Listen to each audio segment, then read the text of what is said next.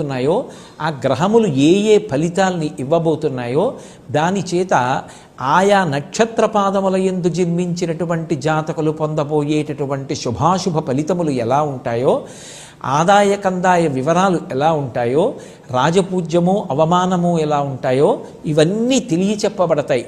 ఎందుకు ఇవన్నీ చదువుకోవడం అంటే గ్రహములకు స్వాతంత్ర్యం లేదు, అవి ఈశ్వరుడికి వశవర్తి అయి ఉంటాయి.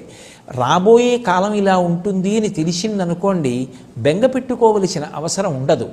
భగవంతుణ్ణి చక్కగా భక్తితో ఆరాధన చేస్తే భక్తికి ప్రసన్నుడైనటువంటి పరమాత్మ గ్రహములను ఆదేశిస్తాడు. వీడు భక్తితో జీవిస్తున్నాడు కనుక వీడికి తీవ్రమైనటువంటి ఫలితములను ఇవ్వకు, వాడు తట్టుకోగలిగినంత కష్టాన్ని మాత్రమే ఇచ్చి అనుగ్రహించమని శాసించి వాడు గత జన్మలలో చేసుకున్నటువంటి కర్మల వలన పొందవలసినటువంటి పరమభయంకరమైనటువంటి దుఃఖాన్ని కూడా